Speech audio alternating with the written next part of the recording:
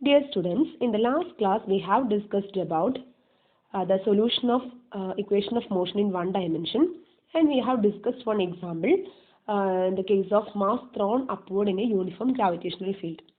So അതിന്റെ continuation ആയിട്ടുള്ള ഒരു എക്സാമ്പിൾ ആണ് നമ്മൾ ഇന്ന് ചെയ്യുന്നത്. സിമ്പിൾ ഹാർമോണിക് മോഷന്റെ ഇക്വേഷൻ സോൾവ് ചെയ്യുന്ന ഒരു എക്സാമ്പിൾ ആണ് നമ്മൾ ഇന്ന് ചെയ്യുന്നത്. സിമ്പിൾ ഹാർമോണിക് മോഷൻ എന്ന് നിങ്ങൾ എല്ലാവരും കേട്ടിട്ടുണ്ടായിരിക്കും അല്ലേ? എന്താണ് സിമ്പിൾ ഹാർമോണിക് മോഷൻ എന്ന് പറഞ്ഞാൽ? പിന്നെ ഞാനിവിടെ ഒരു ലീനിയർ ഹാർമോണിക് ഓസിലേറ്റർ ഞാനിവിടെ വരച്ചിട്ടുണ്ട്. ഒരു ഫിക്സഡ് സപ്പോർട്ടിൽ നിന്ന് ഒരു സ്ട്രിങ് മാസ് എം ഉള്ള ഒരു മാസ് എം അറ്റാച്ച് ചെയ്ത് കാരണം ഈ സ്ട്രിങ് ഒരു ഹൊറിസോണ്ടൽ സ്പ്രിംഗ് ആണ് ഞാൻ കൺസിഡർ ചെയ്തിരിക്കുന്നത്. Here one end of the spring is attached to a wall and mass capital M is attached to this horizontal spring. This mass is placed on a smooth frictionless table. Now this is the equilibrium position. Now the mass is pulled slightly and released. Then what will happen? Then this mass will execute simple harmonic motion SHM about the equilibrium point. This equilibrium position, this is the equilibrium position, and this x represents the displacement from the equilibrium position at any time t. So why this mass is going by displacing towards equilibrium? Because there is a linear restoring force acting on this mass, and this linear restoring force F is equal to minus kx. This is called elastic force and it obeys Hooke's law. നിങ്ങൾ Hooke's law കേട്ടിട്ടുണ്ടായിരിക്കും. എന്താണ് ഒരു linear simple harmonic motion? Linear simple harmonic motion നമുക്ക് ഇങ്ങനെ define ചെയ്യാം.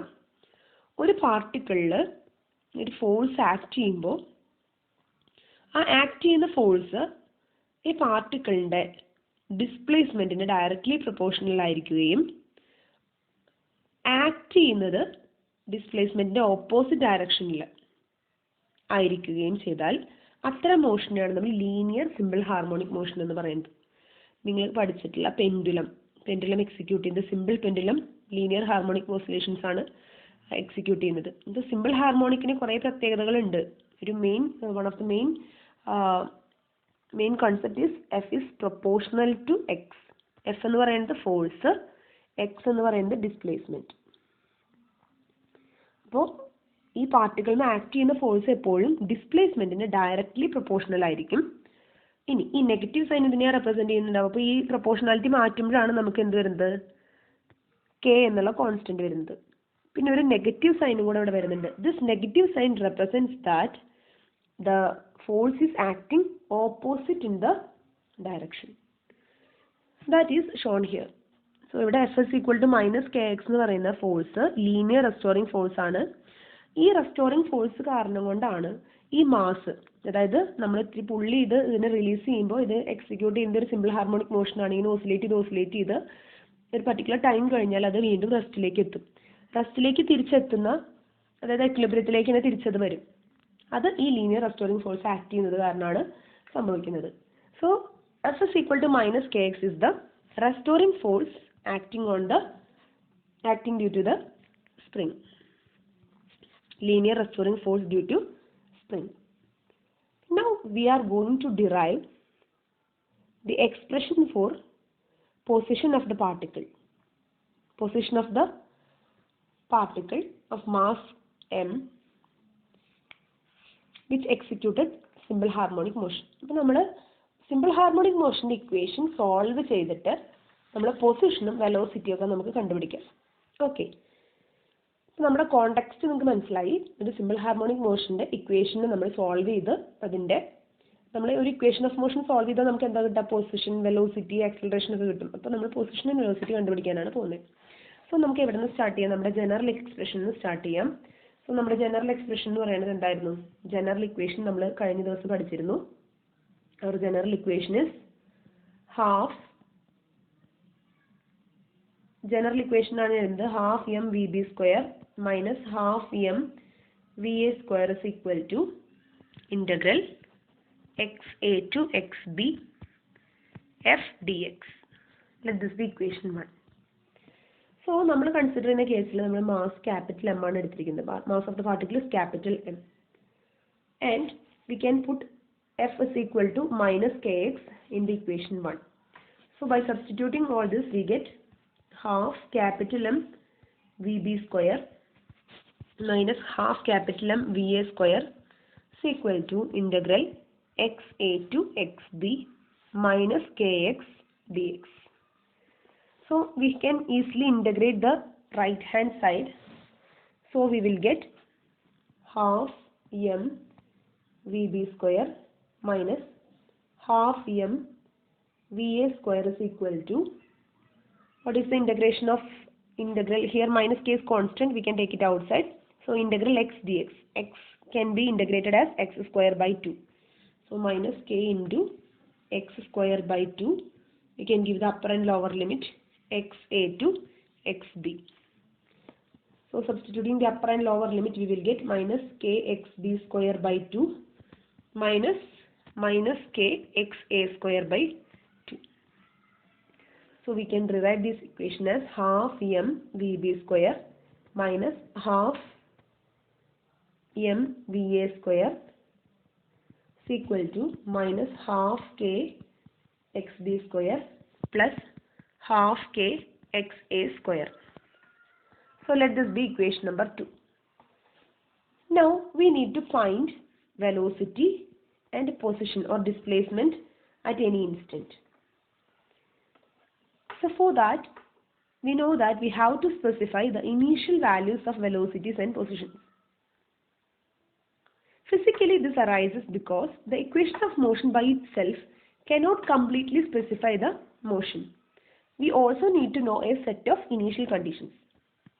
അതായത് നമുക്ക് complete ആയിട്ട് ഈ സൊല്യൂഷൻ, ഇതിൻ്റെ ഇക്വേഷൻ ഓഫ് മോഷൻ്റെ സൊല്യൂഷൻ കിട്ടണമെങ്കിൽ we have to set the initial conditions. അതാണ് ഒരു മെയിൻ പോയിന്റ്. ഇനീഷ്യൽ കണ്ടീഷൻസ് നമുക്ക് സെറ്റ് ചെയ്യണം.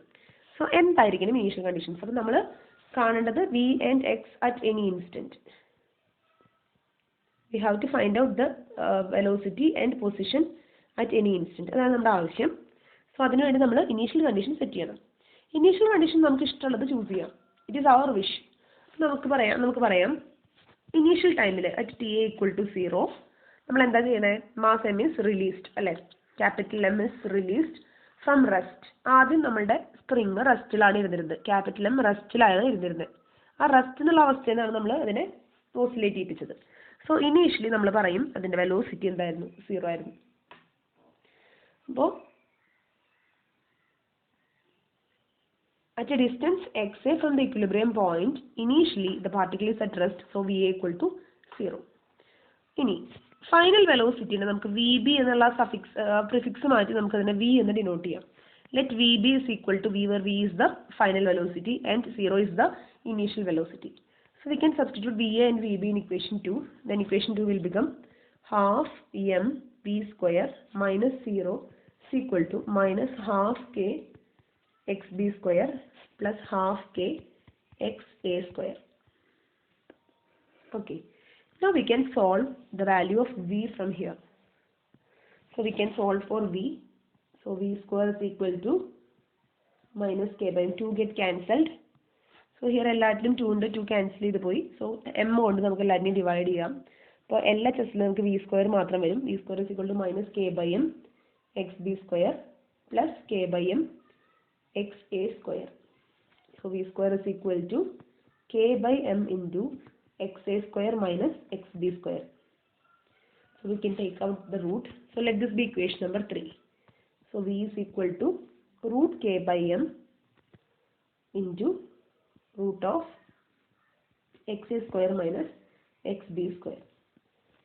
This term is familiar to you. This term in simple harmonic motion you have derived, we have studied the simple harmonic motion, and the value of root k by m is called omega. What is omega? Omega is the angular frequency or angular velocity of the particle. Angular frequency of the particle. Okay. So what is the relation between omega and f? Omega is equal to 2 pi f. F is the natural frequency or linear frequency, and omega is the angular frequency. So we can substitute omega here. So V is equal to omega into root of xa square minus xb square. So let this be equation number 4. Now we have to find the value of x. So here we have found out the value of V. Now we have to find out the value of x. So for that we can do one substitution. We can put V equal to dx by dt. Derivative of position is velocity. We can substitute this in the equation number 4. So we will get dx by dt is equal to omega into root of xa square minus xb square. Therefore, dx, we can do separation of variables. That the dx in the terms in one side like you dt in the RHS like you. That is the separation of variables. Dx divided by, can neglect omega, dx divided by root of xa square minus xb square is equal to omega dt. So now we can integrate on both sides, then we will get integral. We are integrating from xa to xb. Dx divided by root of xa square minus xb square is equal to omega integral, omega is constant, we are fixing the omega constant, integral dt from ta to tb. So the integration of 1 by root of, we know this integral 1 by root of a square minus x square dx is equal to sine inverse x by a plus c. So here instead of a we have a equal to xa here and x is equal to xb. So we can use this formula here. So our expression becomes sine inverse xa. Instead of xa we can write a. xa ku vare a edam, xb ku vare x nu edam. X nu vare xb edam. So we get sine inverse x by a. So what is x? xb by xa. And we can give the upper and lower limit xa to xb, that is equal to omega into dt can be integrated as t. We can give the upper and lower limit ta to tb. Now we can put the upper and lower limit. So what is the expression? Sine inverse x by a. So here x is in the numerator. So we are substituting the integrals upper and lower limits to the xb terms. You have to remember that we are going to substitute for x. Upper and lower limits are substituting for x only. So sine inverse xb by xa, that is the upper limit, minus sine inverse, now xb becomes xa by xa, that is the lower limit, that is equal to omega into tb minus ta. ഇവിടെ നമ്മൾ substitution upper and lower limit substitute ചെയ്തു. So എന്തായി? sin inverse xb by xa minus 1 അല്ല xa by xa minus sin inverse 1 is equal to omega into tb minus ta. Now what is sin inverse 1? Sin 90 എന്ന് പറയുന്നത് 1 ആണ്. So sin inverse 1 is pi by 2. So we can write it as sin inverse xb by xa minus pi by 2 is equal to, what is tb? tb is tb itself, but initially we know that ta equal to 0. We have set the initial condition as ta equal to 0. So we can substitute ta equal to 0. So this expression becomes omega tb minus 0. So sin inverse xb by xa equal to omega tb plus pi by 2. So xb by xa is equal to, the sin inverse will go to RHS and become sine. So xb by xa is equal to sine of omega tb plus pi by 2. So we can say that xb is equal to xa sine omega tb plus pi by 2. Now what is sine 90 plus theta? Sine 90 plus theta is cos theta. So xb is equal to xa cos omega tb. Now we can just replace these variables. Let xa be capital A, where capital A is the maximum displacement, or it is the amplitude. Maximum displacement, or it is also called the amplitude of the oscillation. And at any instant we can put Tb is equal to T and Xb is equal to X. So this expression becomes X is equal to A cos omega T. So this is the general equation. So we can put, let this equation be equation number 5 and let this equation be equation number 6. So this is the expression for displacement or position of the particle executing simple harmonic motion. Now we can set the initial conditions, or we can put the initial conditions. So what are the initial conditions? When t is equal to 0, what will the equation 6 becomes? Equation 6 becomes x is equal to a cos 0, that is equal to a. That is when in the initial time the displacement is maximum, or it has maximum amplitude. Now we can differentiate equation 6. Then we will get dx by dt is equal to differentiate 6 with respect to t. Differentiate equation 6 with respect to t. Dx by dt is equal to a into cos omega t is minus omega sin omega t. Cos theta is minus sin theta, and here constant is omega. So we can say that x dot is equal to minus a omega sin omega t. This x dot represents dx by dt. What is dx by dt? It is velocity. So we can represent it as v. V is equal to minus a omega sin omega t. So this is the expression for velocity in terms of omega t. So we derived the expression for position and velocity by solving the simple harmonic motion equation. Now when t equal to 0, what is the value of velocity? V is equal to minus a omega sin 0, that is equal to 0.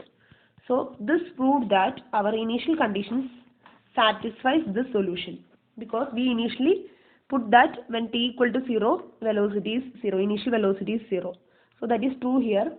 So when we substitute this expression in the derived value, it also shows that when t equal to 0, v equal to 0. So we can say that the solution satisfies all the initial conditions. So we derived the expression for, or the solution of equation of simple harmonic motion, and this is another example of motion in one dimension. Okay. ഇപ്പോൾ എല്ലാവർക്കും മനസ്സിലായെന്ന് വിചാരിക്കുന്നു. നമ്മളൊരു one dimensional മോഷനെ കുറിച്ചിട്ടാണ് പറഞ്ഞു തുടങ്ങിയത്. One dimensional മോഷൻ്റെ equation നമുക്കറിയാം, ഇതൊരു ഡിഫറൻഷ്യൽ ഇക്വേഷൻ ആണ്. അതിനെ സോൾവ് ചെയ്തതാണ് നമ്മൾ കഴിഞ്ഞ ക്ലാസ്സിൽ പറഞ്ഞത്. അതിനെ ഇൻ്റഗ്രേറ്റ് ചെയ്തത് ഒരു വൺ ഡയമെൻഷണൽ മോഷനിലുള്ള ഇക്വേഷൻ ഓഫ് മോഷൻ നമുക്ക് എളുപ്പത്തിൽ ഇൻ്റഗ്രേറ്റ് ചെയ്ത് സോൾവ് ചെയ്യാം. അപ്പം നമുക്ക് ആ ഒരു ജനറൽ ഇക്വേഷൻ കിട്ടും.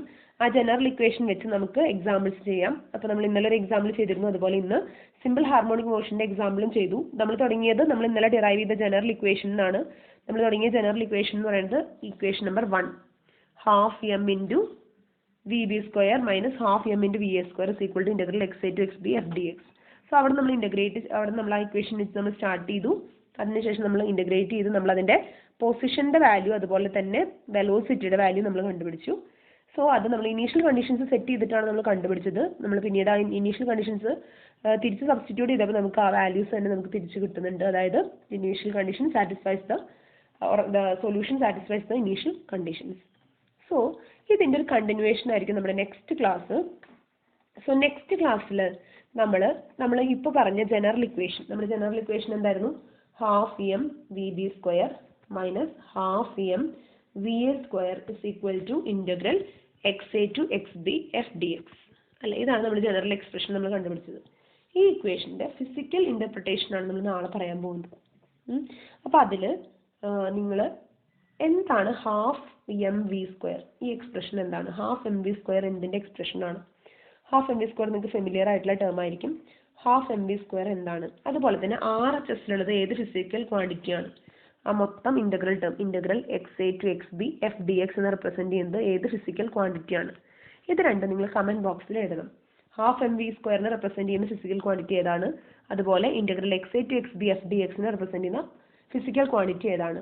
ഈ ഫിസിക്കൽ ക്വാണ്ടിറ്റീസ് വെച്ചിട്ടാണ് നമ്മൾ ഈ ഇക്വേഷനെ ഫിസിക്കൽ ഇൻ്റർപ്രിട്ടേഷൻ പറയാം. സോ നാളെ നമ്മൾ ഈ ഇക്വേഷൻ്റെ ജനറൽ ഇക്വേഷൻ്റെ ഫിസിക്കൽ ഇൻ്റർപ്രിട്ടേഷനും അതിൻ്റെ അപ്ലിക്കേഷൻസുമാണ് നമ്മൾ ഡിസ്കസ് ചെയ്യുന്നത്. ഓക്കെ, സോ നിങ്ങൾ ഡൗട്ട്സ് ഉള്ളത് ചോദിക്കാം. Thank you.